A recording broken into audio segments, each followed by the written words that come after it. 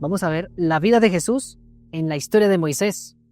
Y te invito a que veas la primera, la segunda y la tercera parte, porque vamos a continuar con la numeración de los paralelos que hemos estado analizando. Así que si no te has visto la primera, la segunda y la tercera parte, yo te invito a que vayas a ellos para que puedas ver esta cuarta. Recordemos que toda la Biblia nos habla de Cristo. Esto lo sabemos porque hay versículos en la Biblia que apuntan a Cristo.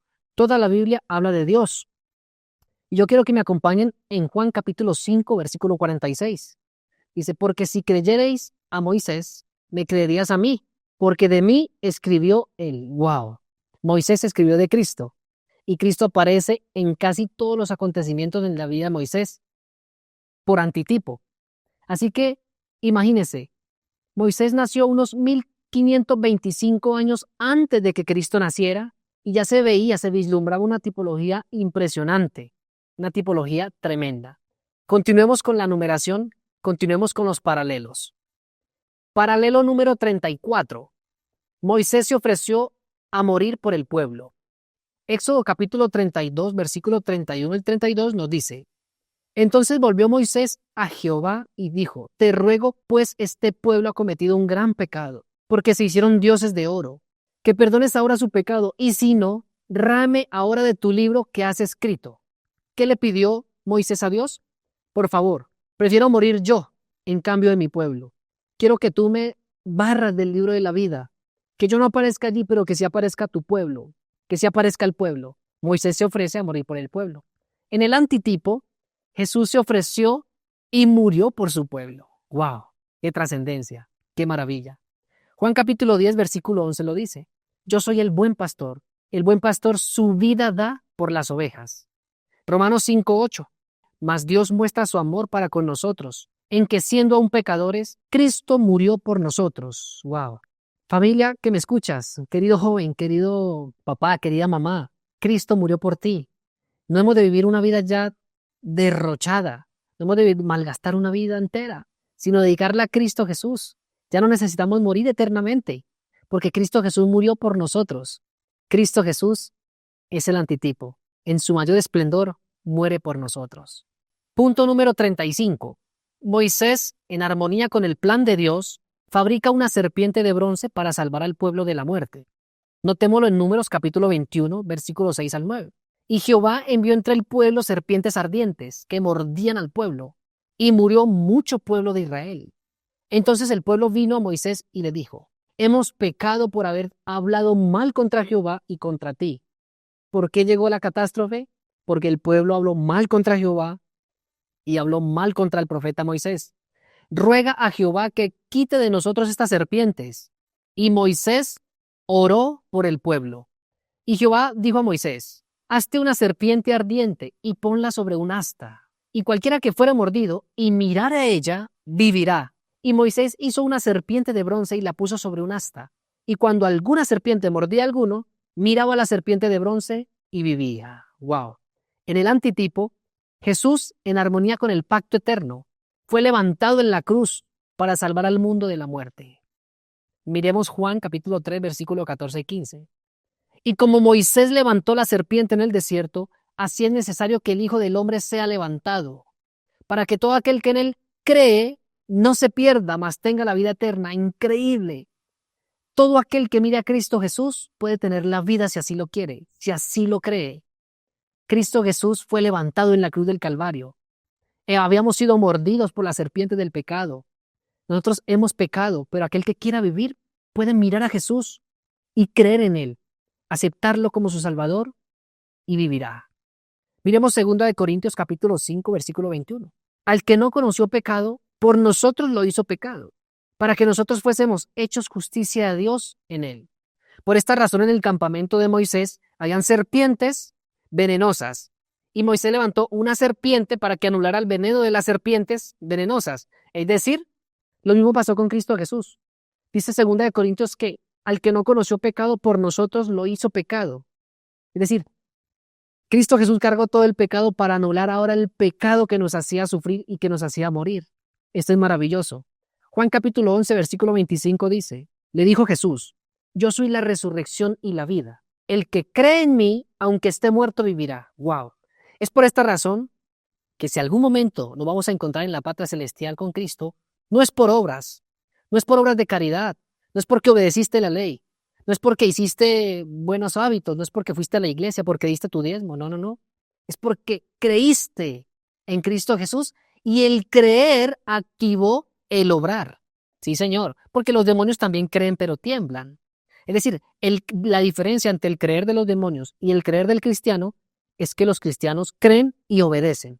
En cambio, los demonios no, ellos solamente creen. Por eso es que la justificación por la fe, creer en Dios, solamente mirar al Cordero y vivir. Y al mirar al Cordero, esa gracia que Él me deposita me saca de la desgracia de la desobediencia. Por eso es que podemos saber a Cristo y vivir. Génesis 3:15 tiene la primera promesa mesiánica. Y pondré enemistad entre ti y la mujer, y entre tu simiente y la simiente suya. Esta te herirá en la cabeza, y tú le herirás en el calcañal. Estaba comprobado, estaba prometido que la simiente iba a aplastar la cabeza a Satanás. Esto sería, iba a aplastar, Cristo Jesús iba a aplastar la cabeza a la serpiente cuando se subiera en el asta como la serpiente. ¡Wow! ¿Cómo así? Claro, se hizo pecado para aplastar a Satanás y que nosotros obtuviéramos la vida. Tremendo.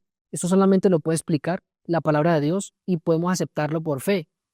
Ahora dice Apocalipsis 12:9, y fue lanzado fuera el gran dragón, la serpiente antigua, que se llama Diablo y Satanás, el cual engaña al mundo entero.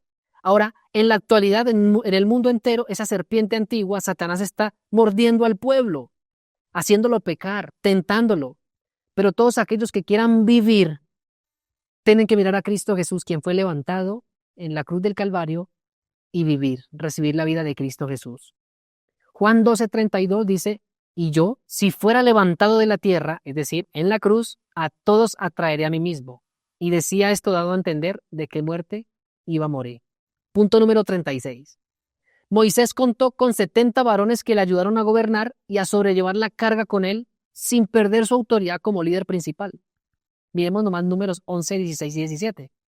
Entonces Jehová dijo a Moisés, reúneme 70 varones de los ancianos de Israel. ¿Cuántos? 70, que tú sabes que son ancianos del pueblo y sus principales, y tráelos a la puerta del tabernáculo de reunión y esperen allí contigo.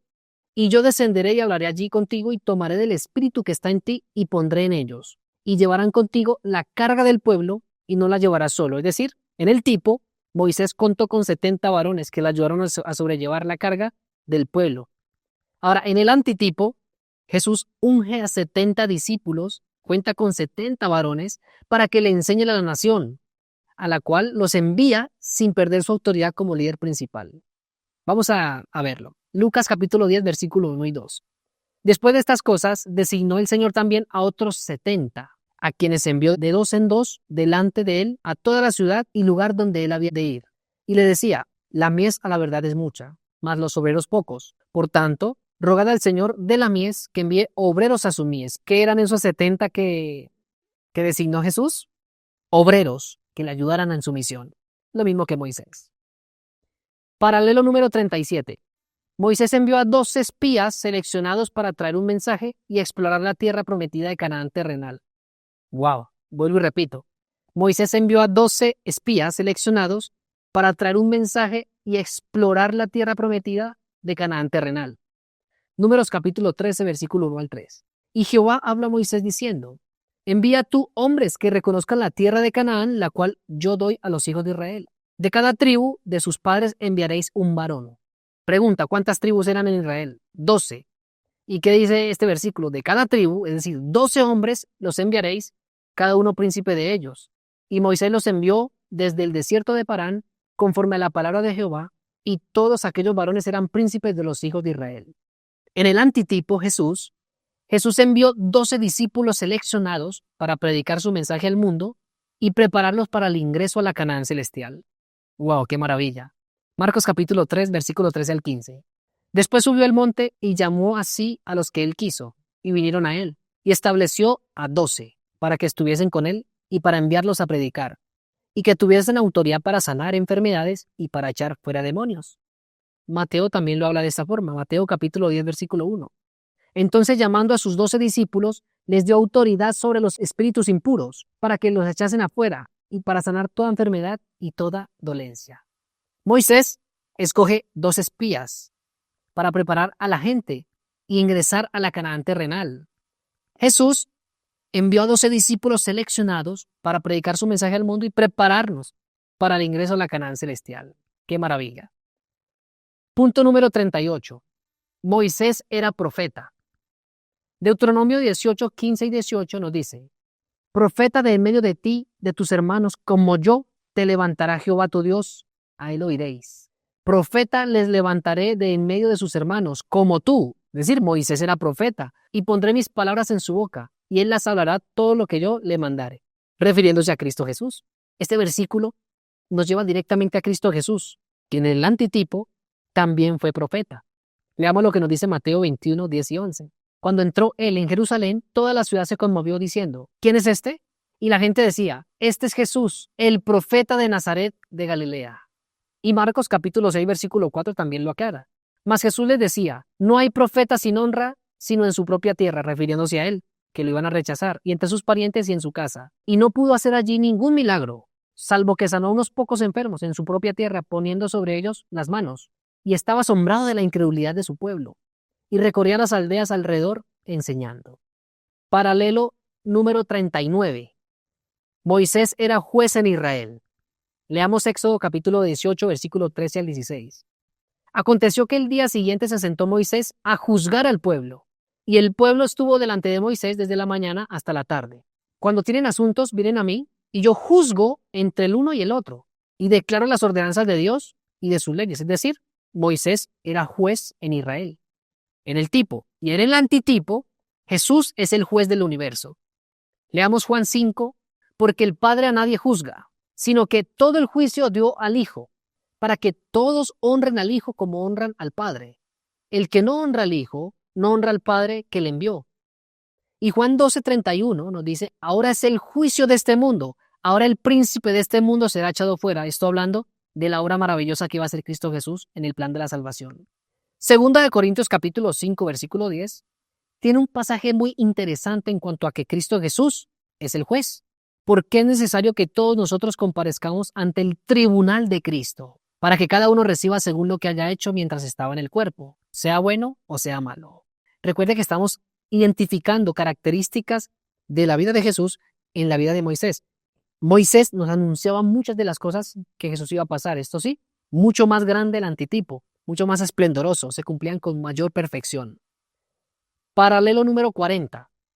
En la historia de Moisés, Dios hace descender pan del cielo para alimentar a su pueblo. Lo podemos leer en Éxodo capítulo 16, versículo 4 y 5. Y Jehová dijo a Moisés: he aquí yo os haré llover pan del cielo, y el pueblo saldrá y recogerá diariamente la porción de un día, para que yo los pruebe si andan en mi ley o no. ¿Para qué Dios hacía descender pan del cielo? Para mirar si el pueblo andaba en la ley o no. Mas en el sexto día prepararán para guardar el doble de lo que suelen recoger cada día. ¿Por qué? Porque los sábados no llovía maná, tenían que recoger el doble el día viernes. Leamos el Salmo 78. E hizo llover sobre ellos maná para que comiesen, y les dio trigo de los cielos. ¡Wow! Maná, trigo de los cielos. Pan de nobles comió el hombre, les envió comida hasta saciarles. Y Deuteronomio 8:16, que te sustentó con maná en el desierto, comida que tus padres no habían conocido, afligiéndote y probándote, para que a la postre hacerte bien. En el lado del antitipo, en Cristo Jesús, este maná que descendía cada día en Israel, anunciaba a Cristo Jesús que iba a bajar del cielo para salvar al mundo. Mira lo que nos dice Juan capítulo 6, versículos 51 y 58.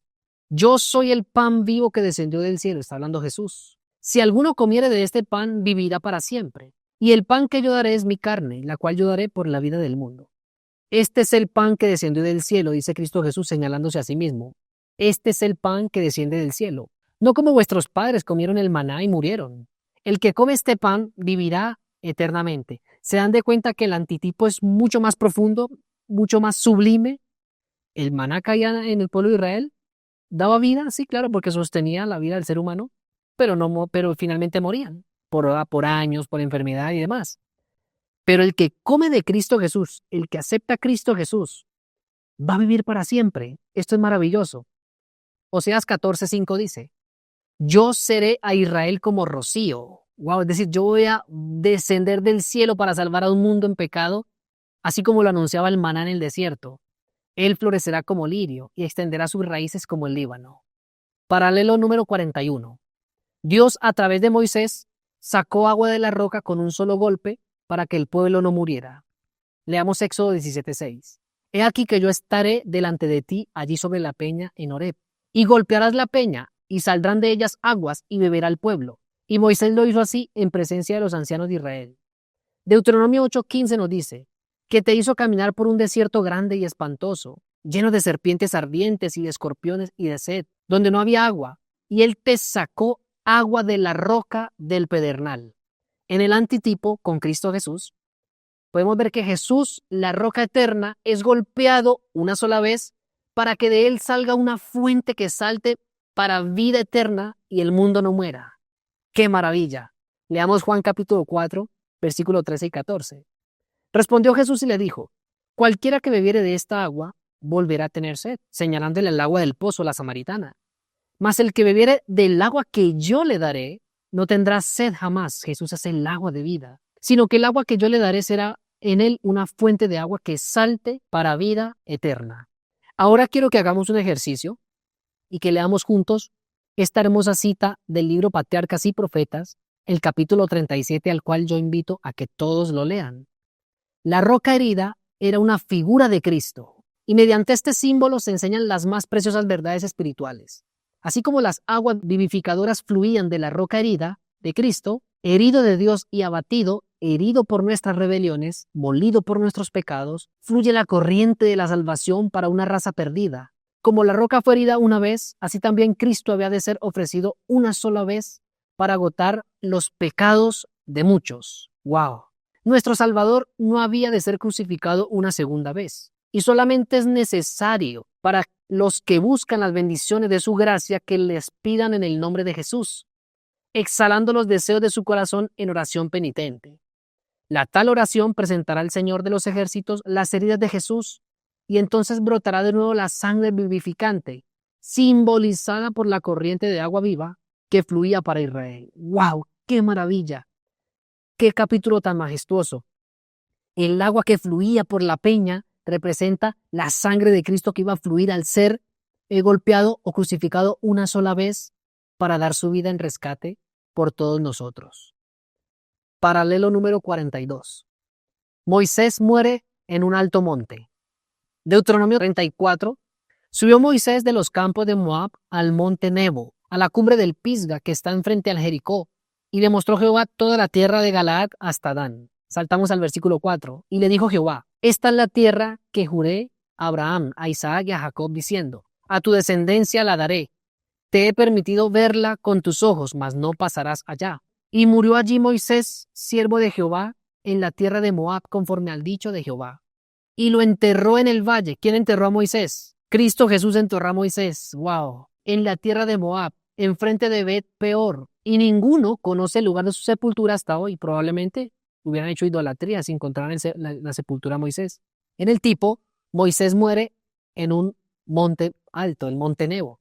En el antitipo, Jesús muere en un monte alto. Marcos capítulo 15, versículo 22 nos dice, y le llevaron a un lugar llamado Gólgota, que traducido es lugar de la calavera. Juan 19:17 dice, y él, cargando su cruz, salió al lugar llamado la calavera, que en hebreo es Gólgota. ¡Wow! El monte Calvario, el monte Gólgota. Tremendo. Cristo Jesús también muere en la cima de un alto monte. Punto número 43. Moisés fue resucitado y está en el cielo. Judas capítulo 1 versículo 9 nos dice, pero cuando el arcángel Miguel contendía con el diablo, disputando con él por el cuerpo de Moisés, no se atrevió a proferir juicio de maldición contra él, sino que dijo, el Señor te reprenda. El arcángel Miguel es Cristo Jesús. Tú lo puedes ver a lo largo de la historia de la Biblia. Cuando aparece el arcángel Miguel, se refiere a Cristo Jesús. Ahora, ¿qué era lo que pasaba esa disputa entre Jesús y Satanás? Satanás pedía a gritos el cuerpo de Moisés por el pecado que él había cometido de golpear la roca 2 veces. Dice que Jesús solamente le dice, el Señor te reprenda. Quiero que leamos juntos esta cita del deseado de todas las gentes, capítulo 46. Moisés pasó bajo el dominio de la muerte, pero no permaneció en la tumba. Cristo mismo le devolvió la vida. Satanás, el tentador, había pretendido el cuerpo de Moisés por causa de su pecado, pero Cristo, el Salvador, lo sacó del sepulcro. ¡Wow! Es decir, que en el tipo, Moisés fue resucitado y está en el cielo. En el antitipo, vemos que Jesús fue resucitado y está en el cielo. Mateo 28, pasado el sábado, al amanecer del primer día de la semana, es decir, que el primer día de la semana es el domingo, vinieron María Magdalena y la otra María a ver el sepulcro. Mas el ángel respondiendo dijo a las mujeres, versículo 5, no temas vosotras porque yo sé que buscáis a Jesús, el que fue crucificado. No está aquí, pues ha resucitado, como dijo, venid a ver el lugar donde fue puesto el Señor. Ahora, después de que fue resucitado, Cristo también asciende al cielo. Dice Hechos capítulo 1, versículo 8 al 11. Pero recibiréis poder cuando haya venido sobre vosotros el Espíritu Santo, y me seréis testigos en Jerusalén, en Judea, en Samaria y hasta lo último de la tierra, dice Cristo Jesús. Y habiendo dicho estas cosas, viéndolo ellos, fue alzado y le recibió una nube que lo ocultó de sus ojos. Y estando ellos con los ojos puestos en el cielo, entre tanto que él se iba, he aquí se pusieron junto a ellos dos varones con vestiduras blancas, dos ángeles, los cuales también les dijeron, varones galileos, ¿por qué estáis mirando al cielo? Este mismo Jesús, que ha sido tomado de vosotros al cielo, así vendrá como le habéis visto ir al cielo. Wow. Jesús, después de que resucitó, duró 40 días en la tierra y se fue para el cielo, en el antitipo, tremendo. Y cerramos esta serie de paralelos con el número 44. Paralelo número 44. Moisés se encuentra con Jesús en el monte de la transfiguración. Leamos Mateo 17, versículo 1 al 4. 6 días después Jesús tomó a Pedro, a Jacobo y a Juan su hermano y los llevó aparte a un monte. Y se transfiguró delante de ellos y resplandeció su rostro como el sol, y sus vestidos se hicieron blancos como la luz. Y aquí les aparecieron Moisés y Elías hablando con él. Moisés y Elías, ¿con quién estaban hablando? Con Jesús. Entonces Pedro dijo a Jesús, Señor, bueno es para nosotros que estemos aquí. Si quieres, hagamos aquí 3 enramadas, una para ti, otra para Moisés y otra para Elías. Ahora, este texto dice que hasta Pedro vio a Moisés. Tremendo, ¿no? Moisés se encuentra con Jesús en el monte de la transfiguración. En la parte del antitipo, vemos que Jesús se encuentra con Moisés en el monte de la transfiguración. Y para cerrar este cuarto tema, vamos a leer juntos esta cita del Espíritu Profecía que es sumamente maravillosa, deseado a todas las gentes. En el monte de la transfiguración, Moisés atestiguaba la victoria de Cristo sobre el pecado y la muerte. Representaba a aquellos que saldrán del sepulcro en la resurrección de los justos. Elías, que había sido trasladado al cielo sin ver la muerte, representaba a aquellos que estarán viviendo en la tierra cuando venga Cristo por segunda vez, aquellos que serán transformados en un momento, en un abrir de ojo, a la final trompeta. Cuando esto mortal sea vestido de inmortalidad y esto corruptible fuese vestido de incorrupción. Jesús estaba vestido por la luz del cielo, como aparecerá cuando venga la segunda vez sin pecado para salud. Porque Él vendrá y la gloria de su Padre con los santos ángeles. Las promesas que hizo el Salvador a los discípulos quedó cumplida. Sobre el monte, el futuro del reino de gloria fue representado en miniatura. Cristo, el Rey, Moisés, el representante de los santos resucitados, y Elías, de los que serán trasladados. ¡Wow! Te invito a que te estudies esta parte de la transfiguración de Cristo porque se vio el futuro reino de gloria en miniatura. Cristo Jesús, Moisés y Elías, representando en síntesis el resumen del plan de la salvación. Y cerramos con esta cita también que dice, la esperanza del mundo, la salvación de todo ser humano, fue el tema de su entrevista. Moisés y Elías van a animar a Cristo Jesús para que siga adelante con el plan de la salvación y no tema de dar su vida en rescate por ellos mismos, a quienes, si Cristo no moría, les hubiera tocado devolverse del cielo. Querida familia, hemos hecho un recorrido grande en la historia de tipo y antitipo en la historia de Moisés y hemos llegado al final. Hemos visto 44 paralelos, 44 aplicaciones. Yo te quiero hacer el llamado, te quiero incentivar a que tú sigas estudiando la Biblia, a que sigas viendo a Jesús en el texto, porque cuando contemplas a Jesús, eres transformado a su misma imagen y semejanza. Cuando contemplas a Cristo Jesús en su palabra, los atributos del carácter de Dios van a ser reflejados en ti. Hemos visto 44 paralelos entre Moisés y Cristo, no olvidando que el antitipo, Cristo Jesús, es de mucho más fulgor, de mucha más trascendencia, que se cumple más plenamente. Ahora de aquí en adelante, querido hermano y hermana, cuando leas la historia de Moisés, podrás decir, he aquí el Cordero.